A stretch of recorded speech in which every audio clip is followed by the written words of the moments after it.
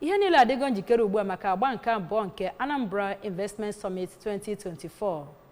Ekwupụtara nke a site n'aka Managing Director nke ụlọọrụ Anambra State Investment Promotion and Protection Agency (ANSIPA), Maazị Mark Okoye, n'oge ọ na-agwa ndị nta akụkọ okwu iji wee mee ka ndị Anambra mata maka ya bụ ọgbakọ summit a na-ama amụma ya.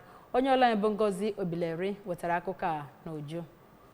Ọ na-ekwupụta maka ya bụ mmemme n'ụlọ ọrụ ya dị n'Awka. Maazị Okoye, nke onye nọ ya n'akụ bụ kọmishọna ahụ maka mgbasa ozi Dr. Law Mefo, nakwa ogbo ya bụ Maazị Christian Udechukwu, onye nke na-ahụ maka ụlọ mmepụta ihe, kwuru na ya bụ mmemme ga-ewere ọnọdụ na Tọzdee nke izuụka na ụlọ ọgbakọ ezumezu Convention Center dị n'Awka, ebe ndị ama ama na azụmahịa ga-agbakọta ọnụ. Ọ chetara na mmemme a nke mbụ ya bụ nke a nọrọ na ya gbapee ọrụ dị iche iche nke na ha aga n'iru. N'akụkụ nke ya, onye kọmishọna ahụ maka mgbasa ozi chetara na Gọvanọ Soludo dịka onye jiburu ọkwa gọvanọ CBN nyere aka wee dozigharịa ọnọdụ azụmahịa. Nke a ga-eme ka ya bụ ọnọdụ azụmahịa na Anambra bụrụ nke kawanyere mma. Onye kọmishọna ahụ maka ụlọ mmepụta Maazị Udechukwu kwuru na steeti a bụ nke kachanụ na mpaghara South East na ezigbo ọnọdụ ịzụ ahịa, wee kwuo na mmemme Investment Summit a ga-emekwa ka Anambra gbagoo n'ogogo dị elu.